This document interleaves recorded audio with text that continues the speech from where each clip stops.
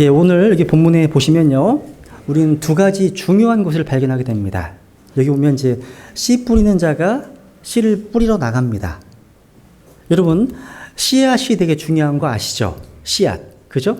여러분, 복음 선포자는 씨앗을 뿌리는 자와 같습니다. 근데 이 씨앗은 성경에 보니까 His seed입니다. 예수 그리스도의 씨입니다. 우리가 만든 씨가 아니에요. 그죠? 우리 구주께서 우리에게 주신 씨앗입니다. 여러분, 사람들은요, 아무리 작은 씨앗이라도 우리 인간의 힘으로 그 씨앗을 만드는 게 불가능합니다. 만약에 온 세상 가운데 한 알의 밀알만이 남아 있었는데 그것을 잃어버렸어요? 그러면 인간의 그 어떠한 노력으로도 다시 만들지 못합니다. 하물며 하늘에 속한 영원한 생명을 줄 수 있는 생명의 씨앗을 만드는 일은 더욱 불가능하겠죠. 성경에서 이 씨가 하나님의 말씀이라고 기록하고 있습니다. 여러분, 하나님의 말씀을요, 씨앗으로 표현하고 있는 것은 구약 성경에서 나온 겁니다. 그래서 우선 씨앗이 하나님의 말씀이죠. 이사야서 55장 10절, 11절 한번 같이 읽어보겠습니다. 시작. 비와 눈이 하늘에서 내려와 거기로 되돌아가지 아니하고 땅을 적셔서 땅이 열매를 맺게 하고 싹을 내게 하여 씨 뿌리는 자에게 씨를 주고 먹는 자에게 빵을 주게 하는 것까지 내 입에서 나아가는 내 말도 그러하여 그것이 헛되이 내게로 되돌아오지 아니하고 내가 기뻐하는 것을 이루며 내가 그 말을 보내어 이루게 하려는 일에서 형통하리니. 그러니까 하나님의 입에서 나가는 그 말씀도 헛되이 돌아오지 않는다. 이 말씀은 일한다는 겁니다. 일합니다. 전도서 11장에 보면 제가 읽어보겠습니다. 모든 크리스찬이 적용할 수 있습니다. 내 빵을 물들 위에 던지. 이 빵은 하나님의 말씀을 얘기를 합니다. 던지라. 여러 날 뒤에 내가 그것을 찾으리라. 7에게 또 8에게 몫을 주라. 무슨 재앙이 땅 위에 임할지 내가 알지 못하니라. 구름들이 비로 가득하면 땅 위에 쏟아져 수수리를 비우며 나무가 남쪽으로나 북쪽으로나 쓰러지면 그 나무가 쓰러지는 곳에 거기에 그것이 있으리로다. 다음, 바람을 살피는 자는 씨를 뿌리지 못할 것이요 구름들을 주목하는 자는 거두지 못하리로다. 그 다음 또 아침에 내 씨를 뿌리고 저녁에 내 손을 금하지 말라. 이것이 잘 될지 저것이 잘 될지 혹은 그것들 둘 다 똑같이 좋을지 내가 알지 못하느니라. 우리는요, 하나님의 말씀의 씨앗을 환경과 상관없이 뿌려야 됩니다.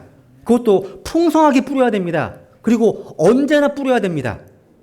하나님께서는요, 자신의 말씀을 헛되게 돌아오지 않게 하실 거라고 약속하셨습니다.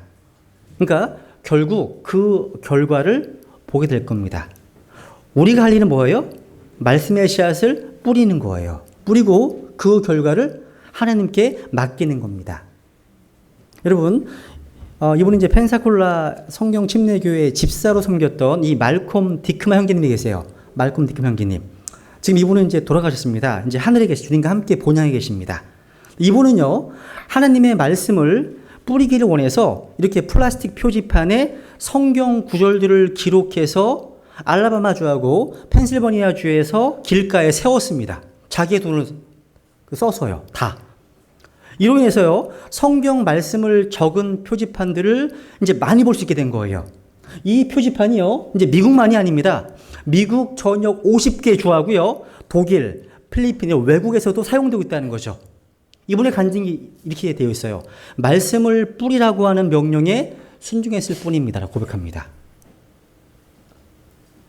저희 한국에서는요, 운전하다 보면 고려은단, Jesus loves you. 이게 전부다잖아요. 그죠? 근데 미국은 굉장히 리얼하게 말씀 자체를 적어 놓습니다. 심지어 지옥에 대한 심판을 굉장히 강조를 많이 해요.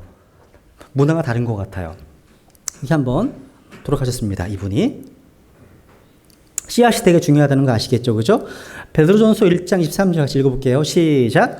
너희가 다시 태어난 것은 썩을 씨에서 난 것이 아니요 썩지 아니할 씨에서 난 것이니 살아있고 영원히 거하는 하나님의 말씀으로 된 것이니라. 아멘. 우리는 하나님의 말씀을 뿌려야 됩니다.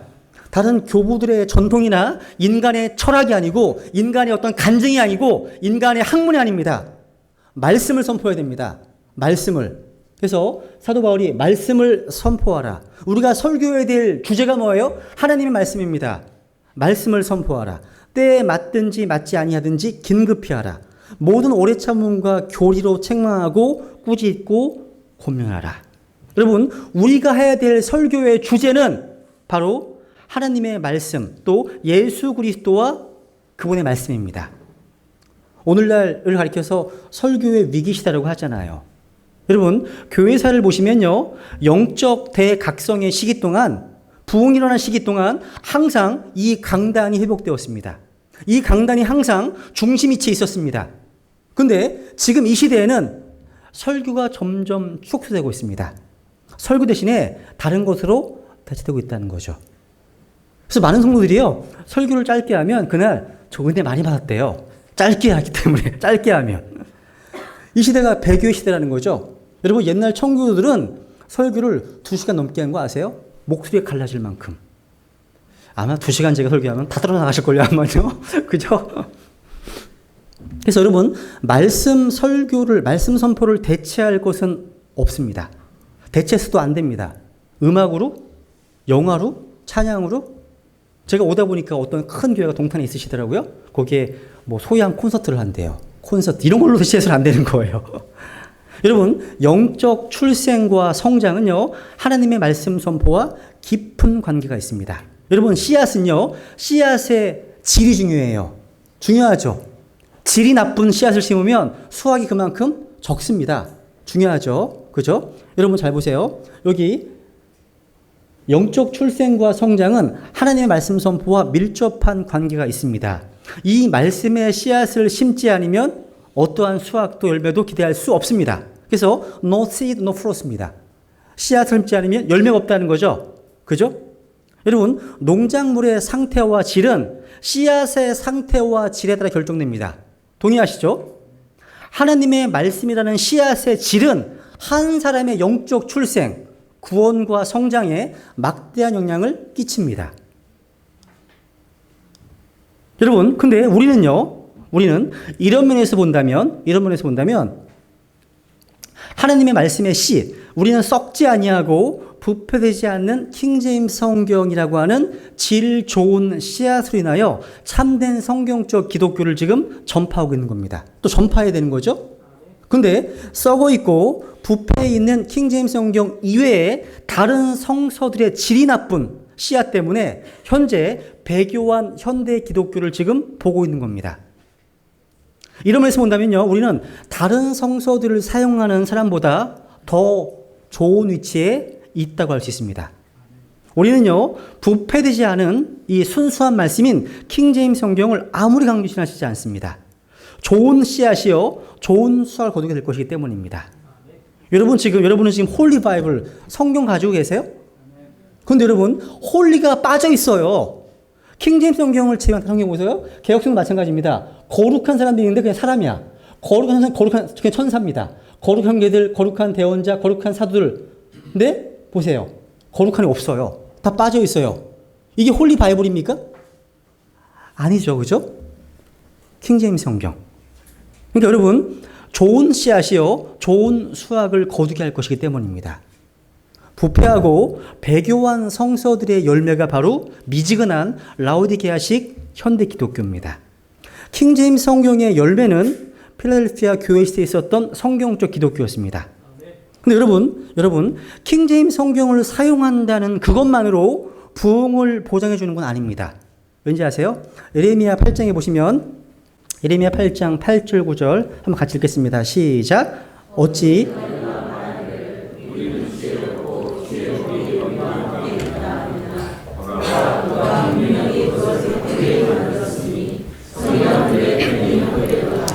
지혜로운 자들이 부끄러움을 당하고 놀라며 붙잡혔도다. 보라, 그들이 주의 말을 거절하였으니 그들에게 무슨 지혜가 있느냐. 여기 보세요. 킹제임스 성경을 사용한다 하더라도 그 말씀을 거절하고 그 말씀에 순종하지 않는다면 하나님께서 보존하신 무한 말씀이 내 손에 들려있다 하더라도요, 주의 법인 하나님 말씀이요, 우리 때문에 헛되이 될 수 있다는 것을 기억해야 됩니다. 우리 때문에요. 또 한 가지, 또 한 가지, 여기 보시면 씨를 뿌리는 자가 씨를 뿌리러 went out, 나갔다고 되어 있습니다. 나갔다고 되어 있죠? 나가는 것이 중요한 겁니다. 여러분, 오늘날 존재하는 대부분의 교회 시스템은 이제 go, 가라의 구조가 아닙니다. 뭐예요? come, 오라의 구조가 오라. 콘서트 한다 이거예요. 영어 한다는 거예요. 그죠? 오라의 구조가 되었습니다. 다른 말로 하면 더 이상 공격적인 교회가 아니라 방어적 교회가 된 것입니다. 제가 구원을 받고서 처음 신앙생활을 했던 그 모임에서는요, 예수님께서 침례 요한의 두 제자들에게 또 빌립이 나다나엘에게 개인적으로 전도하실 때 사용한 이 말씀 보세요. 뭐예요? 와서 보라. 이런 말을 참 많이 들었어요. 와 보라. Come and see. 와 보라. 저는 이것도 되게 중요한 것 같습니다. Come and see. 와서 보라.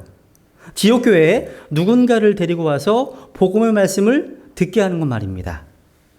특히 이러한 전도 방법이요, 끈끈한 정이 있는 한국인의 정서에 더 부합한 것처럼 느껴지기도 합니다. 그러면서 많은 사람이 구원받는 거 사실입니다. 저도 그런 방식 구원받았거든요. 저도요. 그런데 여러분, 그런 모임의 맹점 중 하나가 뭔지 아세요? 바로 go, 가라고 하는 명령에 잘 순종하지 못했다는 것입니다. 여러분, 우리 각 성도분들이요, 복음의 씨를 뿌리겠다는 분명한 목적의식을 갖고 밖으로 나아가게 되면 아래의 토리 목사님 말씀하신 것처럼 세 가지 중대한 변화가 일어날 것입니다. 우리가 나가게 되면 첫 번째 모든 곳이 사역의 장이 될 것입니다. 가정이든 직장이든 학교든 군대간에 마찬가지입니다. 그래서 우리는 우리의 사역의 장이 교회당에서만이 아니라 모든 곳에 될 수 있습니다. 나가게 되면. 두 번째, 모든 날이 사역의 날이 될 것입니다. 사역의 날이. 주의 첫날만이 아닌 모든 날에서 복음의 뿔을 높이 들고 이루어진 자들에게 십자가를 전파할 수 있게 될 겁니다. 즉, 썬데이 크리스찬이라 에브리데이 크리스찬 될 수 있다는 겁니다. 세 번째, 모든 성도가요, 하나님 말씀을 증거하는 개인 사역자가 될 수 있을 겁니다. 주부는 시장에서, 학생은 학교에서, 군인은 군대에서. 그러니까 밖으로 나가는 이 사역, 너무나 중요한 사역입니다. 저는 와보라, 또 고 가라, 두 가지의 균형이 필요하다고 생각합니다. 우리 주위에 있는 이런 혼들에게 와서 보라고 저희 지역교회로 초청을 해서 복음의 말씀을 듣게 하는 것, 또 우리 성도들이 밖으로 나가서 직접 자신의 삶의 현장으로 나아가서 이 복음의 말씀을 퍼뜨리는 두 가지 다 필요한 겁니다. 그럼 따라해 보세요. 와보라, 나가라. 두 가지가 필요합니다. 또 우리 여기서 뿌린 씨앗 모두가 열매 맺는 것은 아님을 배우게 됩니다. 우리는 사람의 마음을 알지 못해요. 우리가 할 일은요, 모든 창조물에게 가서 복음을 전하는 일입니다. 어떤 경우에는요, 정말 길가처럼 굳어 있는 마음에도 뿌립니다. 어떤 경우에는 세상의 염려와 재물의 속임수와 쾌락 때문에 그런 마음에도 뿌리는 경우도 있습니다. 그 씨앗의 운명은 우리 구주께 맡길 따름입니다. 왜냐하면 추수에 대한 책임이 우리에게 없기 때문입니다. 우리는 증인의 책임이 있지 그 결과는 우리에게 있는 게 아닙니다. 우리는 복음의 씨앗을요, 혼에 대한 관심과 정직함으로 신실하게 최선을 다해서 뿌리는 것만 책임지면 됩니다. 하나의 열매도 없다 할지라도 신실하게 씨를 뿌린 사람은요, 주님께로부터 상을 받을 겁니다. 이게 화요일날 공부했던 그리스도의 심판석에서 은입니다. 은을 쌓아두는 게 그거예요. 은. 사람들이 듣든지 안 듣든지 간에 우리는 복음을 전파해야 한다는 거죠. 그러니까 사람들이 어떠한 마음을 가졌든지 상관할 바 아닙니다. 도리에 뿌렸든지 돌밭이든지 가시밭이든지 간에 우리가 할 일은 다 한 셈이라는 거죠. 여러분 잘 보세요. 이 네 가지 어떤 마음밭 가운데 세 종류의 밭은 열매가 산출되지 못했습니다. 다 씨앗이 다 사라졌습니다. 그러니까 대부분의 땅이 좋지 못했다는 거죠. 그죠? 또 외부의 반대가 있어요. 새들이 와서 먹어버리기도 하고요. 태양이 지금 말라버리게 하기도 하고요. 여러 가지 또 환경의 유혹들이 있죠. 그죠? 그러니까 이런 면에서 본다면 오늘날 장로교에서 많이 쓰는 한국 복음화, 민족 복음화, 기독교화 같은 이야기는 거짓입니다. 거짓입니다. 그러니까 이것이 장로교회 후천년주의 신학이라고 하거든요. 그러니까 궁극적으로 보편적인 복음의 승리에 대한 기대는 진실이 아닙니다. 뿌린 씨앗 가운데 75%는 열매내지 못했습니다. 아니었거든요. 그러니까 모든 세상이 하나님의 말씀을 받아들여서 전 세계가 복음으로 정복될 것이라고 하는 후천년주의 헛된 꿈을 드러내주는 것입니다. 그런데 이것은 우리를 격려해줘요. 우리가 나가서 성경대로 복음을 전파하고 거리에서 설교하고 전도지를 배포하고 개인 구령하시잖아요. 많은 일을 할 때 결과가 부실해 보여요. 그죠? 근데 이 말씀은요, 복음 전도자들이 말씀을 듣는 청중들에게 너무 많은 기대를 걸지 말라고 하는 경고의 말씀이기도 하는 겁니다. 그런 면에서 이 말씀이 우리를 위로해 줍니다. 낙심하지 말아야 됩니다. 그죠? 노아를 기억해 보세요. 노아는 몇 명을 인도했습니까? 자기 가족뿐이었습니다. 가족뿐이었습니다. 결과는 하나님께 맡기시고 다만 우리는 복음의 파수꾼으로서 씨앗을 뿌리면 되는 거예요. 뿌리세요. 이제 본론으로 들어갑니다. 우리는 이 본문을 통해서요, 네 부류의 청중들이 이제 나옴을 보게 됩니다. 네 부류의 청중들. 여기 본문 9절에 보시면 예수님 말씀하시죠. 들을 귀 있는 자는 들을지어다 하시니라. 예수님 지금 배에 타고 계십니다. 이 배가요, 예수님의 강단이 되었고 바닷가에 모여든 큰 무리가 주의 말씀을 받고 있었던 그날의 청중들이었습니다. 여기 하나님의 말씀에 대해서 각각 다른 반응을 보이고 있는 네 종류의 전형적인 사람들의 모습을 발견할 수 있습니다. 여러분, 이 본문이 중요한 이유는요, 오늘날 기독교, 아니 한 걸음 더 나아가서 이 수원, 이 모임 속에서 지금 이 시간 꽃 같은 네 종류의 반응이 하나님의 말씀을 접하고 있는 우리 성도님들에게도 그대로 존재하고 있다는 사실입니다. 똑같다는 거예요. 우리가 잘 아는 대로요, 첫 번째 밭은 어떤 거예요? 첫 번째 밭. 길가입니다, 길가. 이 길가라는 밭은 단단한 마음입니다, 단단한 마음. 씨가 길가에 떨어졌는데 새들이 와서 먹어버렸다는 거죠. 길가란요, 팔레스타인에서는 밭과 밭 사이로 다니는 길입니다. 사람들이 늘 지나다니는 장소입니다. 그래서 이 길은 단단하고 굳어져 있습니다. 그런데 마가복음 4장 15절에 보면요, 이렇게 묘사하고 있습니다. 길가에 있는 것들은 이들이니 곧 말씀이 부러질 때 듣지만 즉시 다가오는 사탄에게, 아까 날짐승이 뭐라는 얘기예요?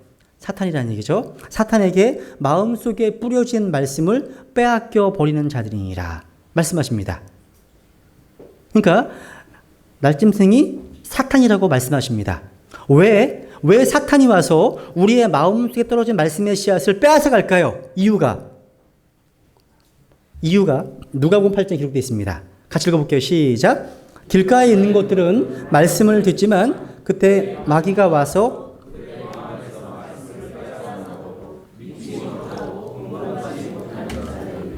지금 마귀가 와서 말씀 몇 뺏어간다고요? 구원받지 못하게 하기 위해서예요. 목적이 그렇다는 거예요. 여러분, 이 세상에서 사탄이 하는 주된 일이 뭔지 아세요? 포르노, 마약, 살인 이런 것이 아닙니다. 마귀의 주된 비즈니스는 뭐냐면 하나님의 말씀과 연관되어 있습니다. 성경과 관련되어 있다는 거예요. 마귀는요, 사람들이 성경에 있는 말씀들을 듣지 못하게 하려고 어떠한 시도는 할 수 있습니다. 말씀 못 듣게 하려고. 이것은 왜 많은 나라에서 성경이 금지되어 있는가를 설명해 줍니다. 성경을 들어오지 못하게 합니다. 많은 나라에서요. 핵무기도 아닌데. 여러분, 마귀가 하는 첫 번째는 뭔지 아세요? 마귀? 뭐세요 지금? 성경과 연관돼서 성경 번역위원회에 함께하고 있다는 겁니다. 오늘날. 여러분, 마귀가 하는 첫 번째는 뭐냐면 하나님께서 자신의 책에서 말씀하신 것을 사람들이 듣지 못하게 하는 겁니다. 듣지 못하게 하는 겁니다. 만일 듣는 것을 막을 수 없다면 그 말씀을 받아들이지 못하게 합니다. 방해합니다. 마귀 역사입니다. 또 그 말씀에서 멀어지게 하려고 시대할 거라는 사실이죠. 또 그렇게 할 수 없다면 마귀는 내가 읽고 들은 것을, 그 말씀을 이해하지 못하도록 역사할 겁니다. 또 내가 읽은 것을 이해했다면요. 사탄은 그것이 진짜 참일까? 의심하도록 역사할 것입니다. 여러분, 그것을 듣고 받아들이고 이해했습니다. 이제 말씀 믿었습니다. 그러면 사탄이 포기할까요? 아닙니다. 마귀는 그 말씀들을 이제 잊어버리게 할 겁니다. 잊어버리도록. 마귀가 만일 그 말씀들을 듣고 받아들이고 이해하고 믿고 기억하는 것을 막을 수 없다면 마지막에 그 말씀들에 순종하지 못하게 시도할 겁니다. 마귀의 역사예요. 여러분 어디쯤에 계세요? 여기 이 가운데서. 이게 마귀의 사역입니다. 그러니까 우리는 뭐 낙태, 동성연애, 뭐 여장남자, 남장여자 이런 것들을 다룰 때는 우리 육신을 다루는 겁니다. 육신. 근데 이 성경에 대한 공격, 하나님 말씀에 대한 변개, 공격은 영적인 겁니다. 영적인 것. 여러분들이 진짜 마귀를 만나기 원하신다면 디스코텍이나 이런 데 마약 파는 데 가지 마세요. 바로 성경 번역위원회로 가시면 돼요. 마귀는 번역가들 또 성경 개정자들을 사용해서 마귀가 원하는 단어들로 대체시킵니다. 하나님 말씀 대신 순수한 단어 대신에. 요즘 나오는 성경이 끔찍하잖아요. 여러분 킹제임스 성경은 순수한 단어입니다. 창세기 5장에 보면 4장에 보시면 아담이 이브를 알매 잉태하여 아들을 낳았다고 되어 있죠. 율동 성경에 이렇게 되어 있습니다. 아담이 이브와 성접촉을 해서 잉태했다고 되어 있어요. 어떤 게 더 순결한 말씀일까요? 후자를 보는 애들이 있다면 뭘 연상할까요? 이게 거룩한 단어가 아니라는 얘기예요. 이게 마귀가 원하는 대로 지금 세팅돼 가고 있다는 거죠. 이상하게. 이런 내용들은 이제 제가 많이 얘기했기 때문에 넘어가겠습니다.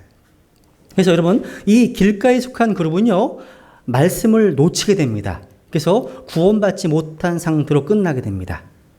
거리 설교할 때 창문을 꽝 닫아버려. 전도지를 발로 밟아버려. 땅에 버리는 자들이 있어요. 이게 상당한 마귀의 역사가 있는 겁니다. 여러분 이 길가의 이미지 길가의 이미지 한번 생각해 보세요. 사람들이 다니고 또 다닙니다. 굳어진 땅이에요. 마음이 굳어져 있어요. 말씀이 들어갈 여지가 없어요. 그러니까 마음속에요 너무나 많은 사람들의 개똥 철학, 자기 생각, 고집들이 지배하고 있기 때문에 하나님의 말씀의 씨앗을 받아들일 만한 준비가 되어 있지 못한 사람들 어떤 이미지 한번 떠올려 보세요. 완악합니다. 딱딱합니다. 무관심합니다. 부주의합니다. 이런 상황으로 말씀을 들을 수 있다는 겁니다.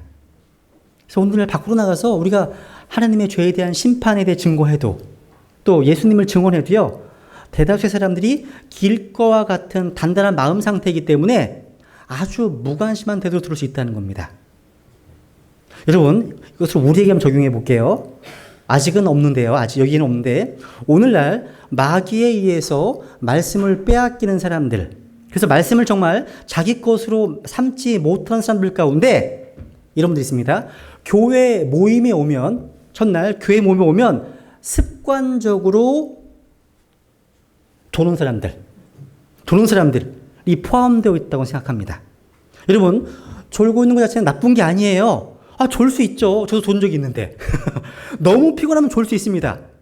세상에서 직장생활 하면서 스트레스를 받다 보니까 하나님의 집에 들어오니까 갑자기 너무 편안한 거야.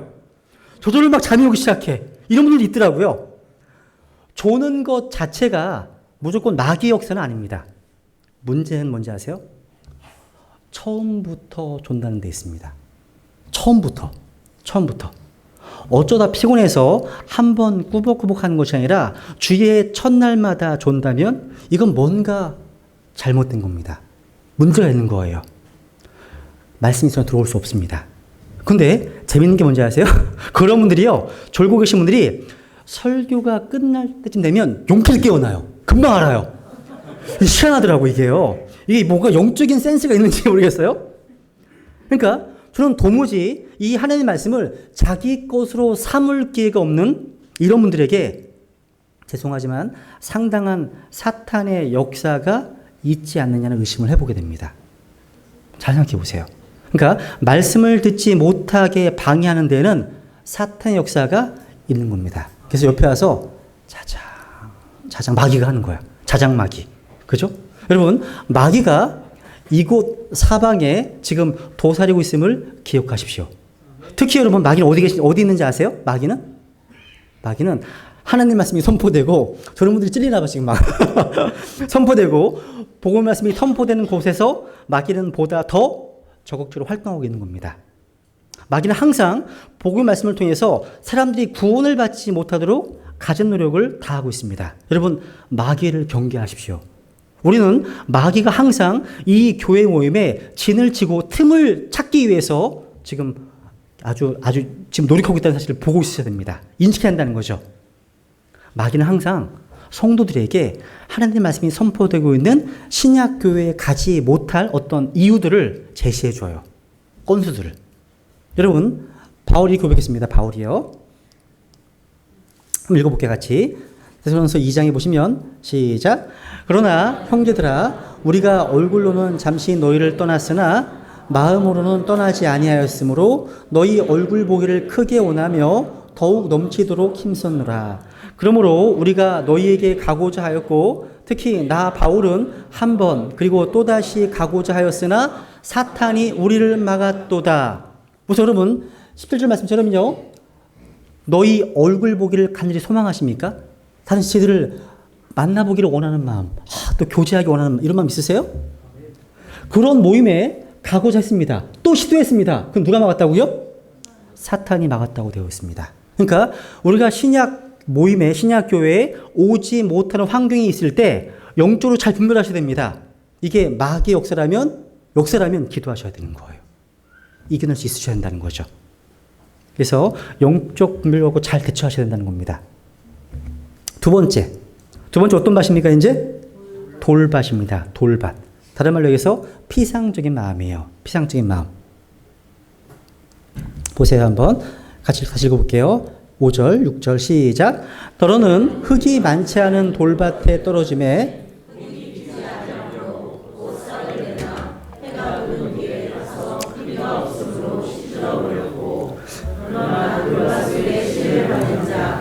그 자는 말씀을 듣고 즉시 기쁨으로 그것을 받아들이나. 보세요.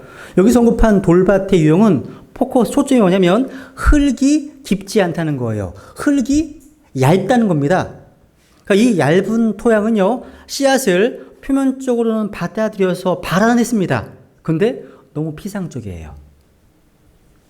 여기서 보는 것은 깊이가 부족하다는 겁니다. 깊이의 부족. 그러니까 어떤 감정은 움직였어요. 감정은 기쁨은 있습니다. 근데 어떤 죄의 깊은 자각이나 참된 회심이 없어요. 깊이가 부족한 거예요. 슬픈 사실은요, 오늘날 현대 복음을 전한다고 하는 이 복음 주자들의 패단이 있습니다. 바로 이러한 형태의 듣는 자를 생산해낸다는 것입니다. 어떤 형제님이 고민하시더라고요. 형제님이 저한테 물으시더라고요. 아니, 거리에 나가서 5분 만에 구원을 받는다? 이게 가능할까요? 물어보시더라고요, 저한테요. 오늘날 상당히 없죠.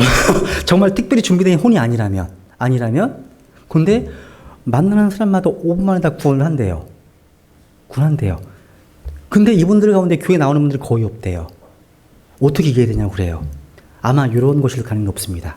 돌밭. 저의 경험상은 그런 경험 아직 없어요. 5분 만에. 최소한 1시간은 걸렸던 것 같아요. 1시간은.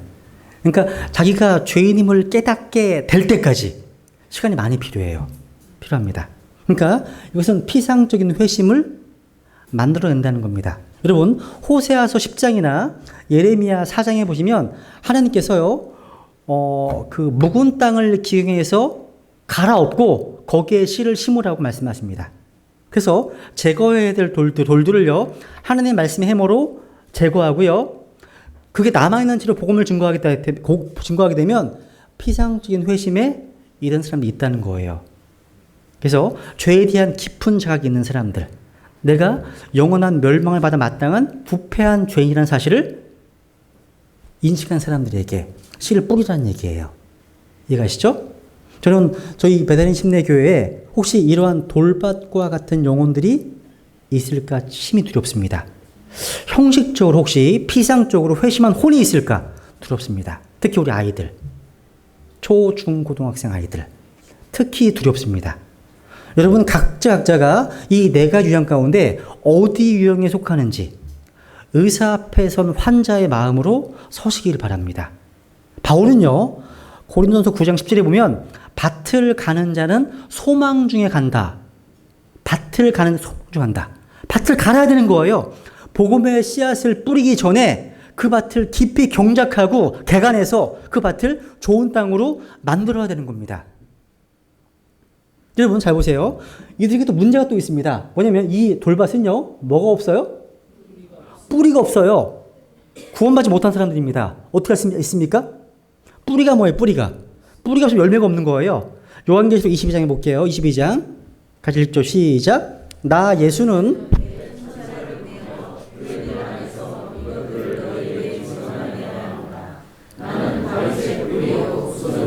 빛나는 새벽별이라 하시더라. 여기 보시면 나는 다윗의 뭐예요?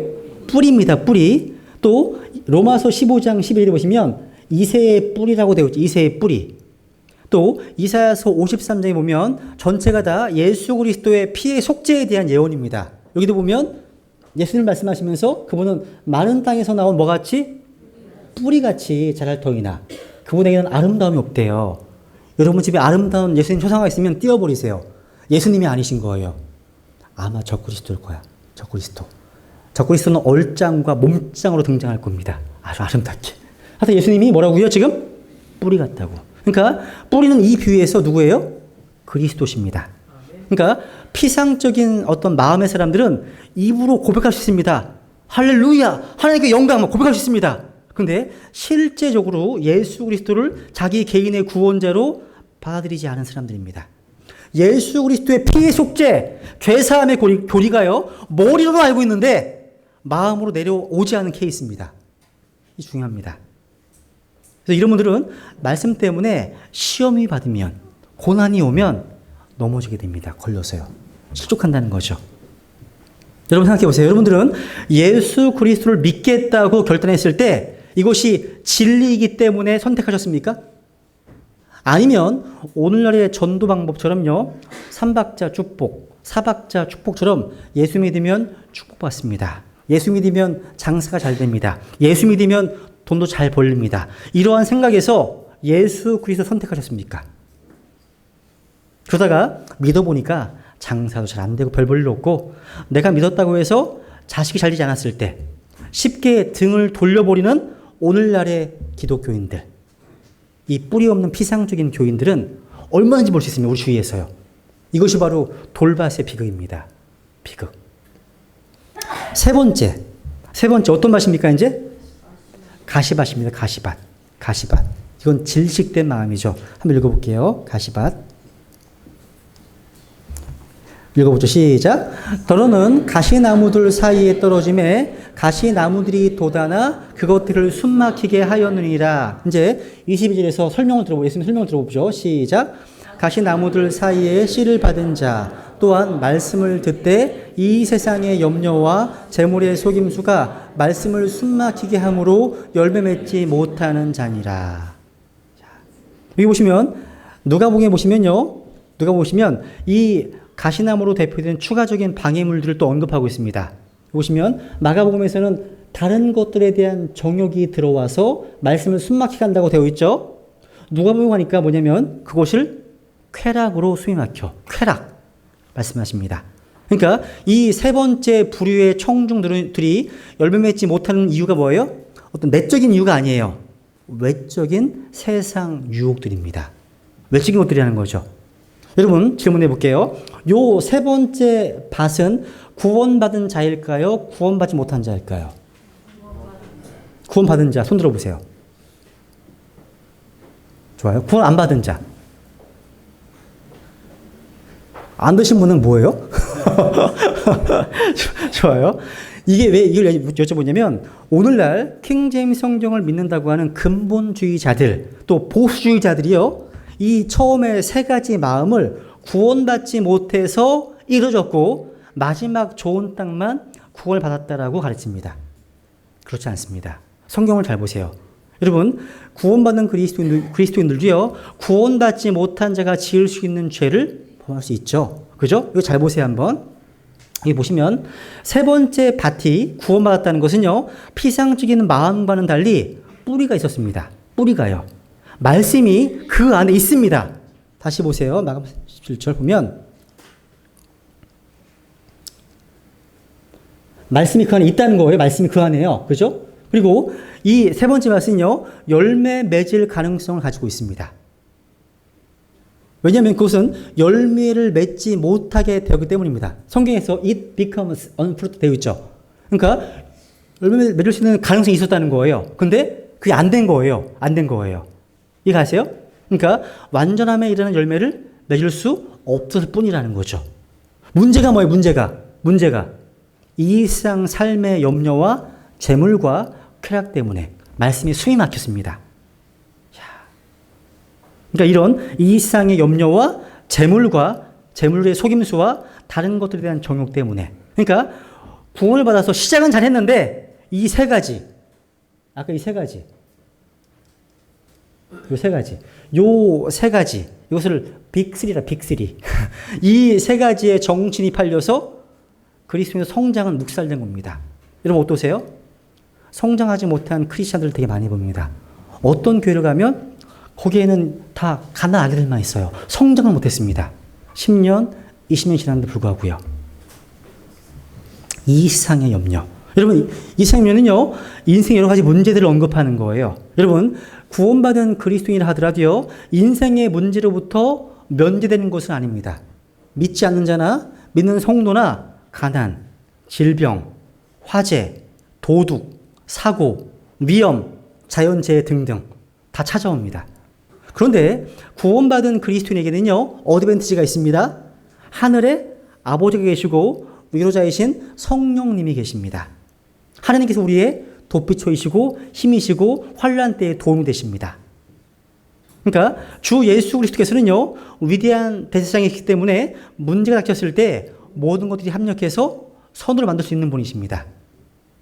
구원받은 성도들에게 인생의 여러 문제들은요, 영적 성장과 은혜의 수단이 됩니다. 여러분, 세상이 문명화되면 될수록 염려가 더 많아져요. 여러분, 염려 많으세요? 다 많으시죠? 그죠? 성경은 말씀하세요. 염려에 대해 해결책이 나와요. 보세요.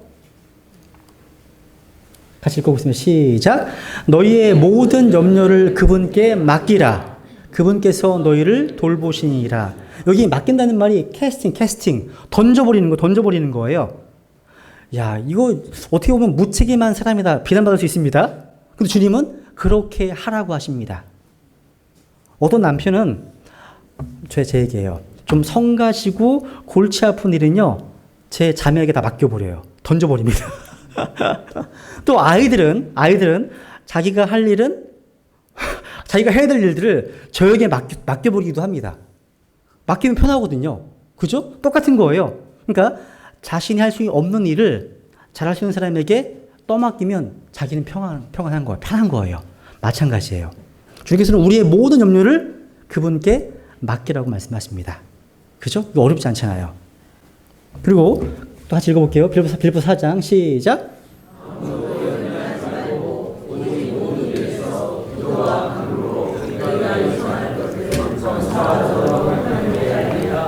여기 보시면 아무것도 염려하지 말라. 이게 명령으로 돼 있어요. Be careful for nothing입니다. 명령으로 돼 있어요. 아무 것에도 신경 쓰지 말라. 이런 말씀이에요.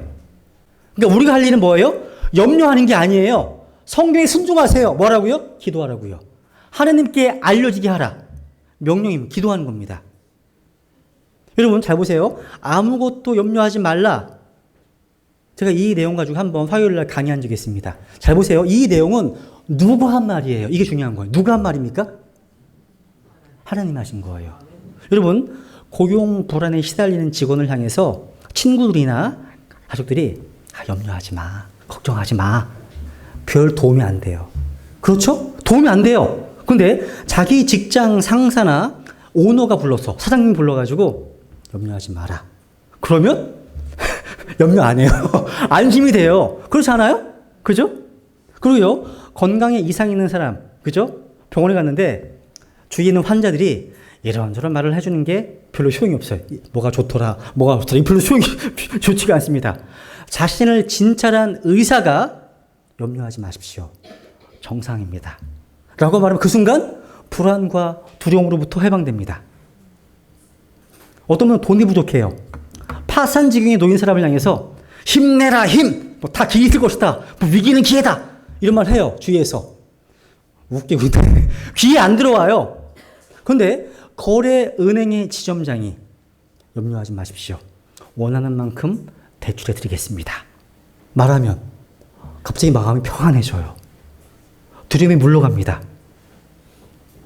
이게 지금 뭘 얘기하는지 아시겠죠? 지금 염려하지 말라는 그 말은 누가 하는 말이에요? 이게 핵심이라는 거죠. 누가? 하나님이라는 거죠. 하나님. 그 다음 아까 재물의 속임수. 여러분 재물이 어떻게 속입니까? 하나님 대신에 재물을 신뢰하게 만드는 게 속임수예요. 보세요. 성경 말씀하십니다. 읽어볼게요. 시작. 이 세상에서 확실치 않은 재물을 신뢰하지도 말며 오직 살아계신 하나님 곧 우리에게 모든 것을 풍성히 주사 누리게 하시는 분을 신뢰하게 하고. 보세요. 재물이 뭐라고요? uncertain, 확실치 않은 재물을 신뢰하지 말라. 이거 다른 말로 만몬. 하나님과 만몬을 겸하실 수 없다. 여기 계시면 다 하나님 믿으시나요? 혹시 만몬교회 성도는 안 계세요? 만몬교도? 그럴 수 있어요. 근데 이 재물은 확실치 않답니다. 그래서 하나님을 신뢰하라고 말씀하고 있죠. 그리고 다시 읽어볼게요. 시작. 그러나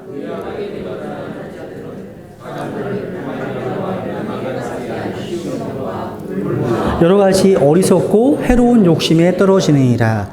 돈을 사랑함이 모든 악의 뿌리이니 어떤 자들이 돈을 탐내다가 믿음에서 떠나 잘못하고 많은 고통으로 자기를 찔러 꿰뚫었도다. 잘 보세요. 여기 부유하게 되고자 하는 자 할 때 will be rich예요. 부유하게 되는 게 인생의 목적이 됐어. 의지야, 의지. 부유하게 되려고 해. 새해가 되면 부자 되세요 그러잖아요. 되세요. 저의 꿈은 돈방석에 앉는 겁니다. 이런 거 하잖아요. 이게 모든 악의 뿌리라는 거예요. 크리스찬들은 부유하게 되고자 하는 자들이 되면 안 돼요.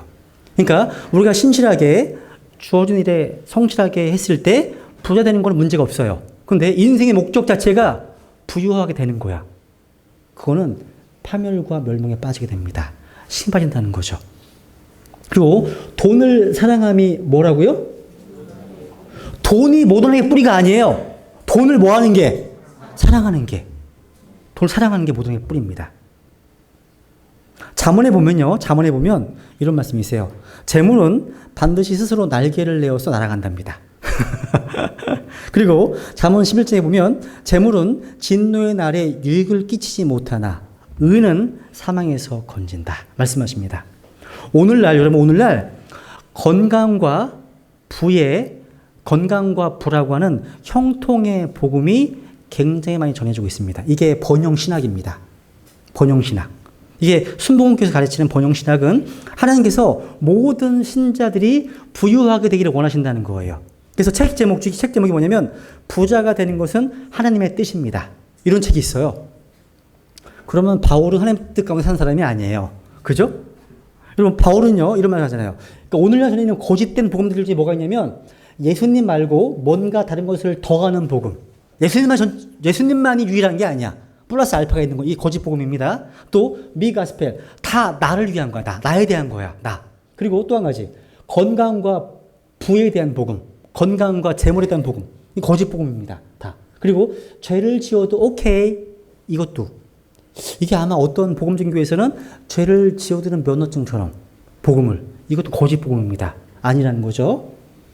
그리고 뭐 예수님 안전하고 교회 가라고 전하는 복음이 있고요. 그리고 자기의 체험을 얘기하는 복음이 있습니다. 자기의 체험, 방언 여러 가지 거짓 복음입니다. 또 더 나은 세상을 만들려고 하는 복음. 이것도 다 거짓 복음이에요. 이런 것들이요. 요 중에 하나가 건강과 부에 대한 복음, 거짓 복음이라는 거예요. 복음. 바울이 고백합니다. 읽어보죠. 시작. 내가 그리스도를 따르는 자가 된 것 같이 너희도 나를 따르는 자가 되라. 명령이죠. 여러분이 구원받은 크리스찬이라면 누구를 따라야 되는 거예요? 바울을 따르는 자가 되라. 바울이 따르게 되면. 그죠? 이해가 되죠, 문제요? 그죠? 바울은 어떻게, 바울은 집이 없었습니다. 땅도 없습니다. 자동차도 없었습니다. 은행 계좌도 없습니다. 의료보험도 없었습니다. 아내도 없었고요. 가족도 없었습니다. 나중에는 아무런 비석, 표식도 없는 무덤에 매장되었습니다. 근데 바울은 이제껏 살았던 가장 위대한 크리스천입니다. 또 읽어볼게요. 시작. 내가 비천하게 되는 것도 알고 풍부하게 되는 것도 알아. 어디에서나 모든 일에서 배부른 것과 배고픈 것, 풍부한 것과 궁핍당한 것을 다 배웠노라. 아멘. 그러니까 부자가 되는 게 죄는 아닙니다. 하나님께서 물질의 복을 주셔서 백만장자가 된 크리스찬들도 있습니다. 주님을 사랑하고 하나님의 사역에 자신의 부를 사용했던 좋은 크리스찬들도 되게 많이 있었습니다. 그런데 그 부를 사랑하는 게 죄입니다. 마지막에 뭐였습니까? 다른 것들에 대한 정욕. 이게 누가 하는 것을 이 세상의 삶의 쾌락이라고 부릅니다. 쾌락. 그래서 마지막 때가 되면요, 위험한 때가 오는데 하나님을 사랑하는 것보다 뭘 더 사랑한다고요? 쾌락을 사랑한다고요. 쾌락. 스포츠에 대한 사랑, 성에 대한 사랑, 권력에 대한 사랑, 자기 소유에 대한 사랑, 여러 가지.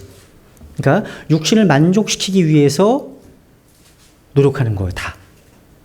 이런 것들이 다 말씀을 실시켜 버릴 수 있다는 거예요. 그래서 이 가시나무가 함께 그 말씀을 숨 막았다고 기록하고 있는 겁니다. 그래서 이 가시밭의 주인공들은요, 다른 말로 얘기하면 이중적인 생활을 하고 양다리를 걸치는 삶을 사는 사람들 설명할 수 있습니다. 양다리 크리스찬들. 여러분, 오늘 여러분의 주인은 누구십니까? 물론 교회 와서는 주님이시죠. 말씀하시겠죠. 그런데 여러분, 우리가 우리 주 예수 그리스도의 일보다, 그분보다 땅의 일에 더 관심이 많지 않으십니까? 내 손에요, 재물이 많이 들어올 때마다 더 커다란 관심이 주님이 아니고 하나님이 아니고 진리가 아니고 성동이 아니고 사실은 세상에 있는 그 어떤 것이 있지는 않습니까? 주님 말씀하십니다. 세상을 사랑하면 그 속에 아버지의 사랑이 있지 않도록 말씀하시는 거예요.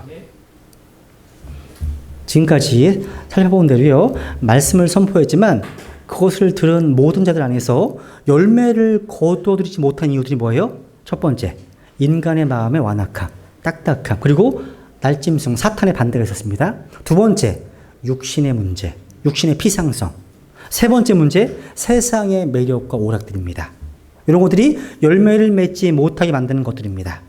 다시 말해서 우리 구원받은 크리스찬들의 3대 적이 뭐예요? 3대 적, 사탄과 육신과 세상입니다. 3대 원수예요. 그리스도인의. 세상과 육신과 마귀. 이제 마지막 밭을 소개합니다. 마지막 밭은 간단하게 하겠습니다. 마지막 밭. 어떤 땅이에요? 좋은 땅이에요. 좋은 땅이에요. 이거 열매 맺는 마음입니다. 좋은 땅. 땅이 되게 좋아 보이지 않아요? 그래서 이런 좋은 땅이에요. 예수님께서 이 마음을 정직하고 선한 마음이라고 묘사하셨습니다. 정직하고 선한 마음.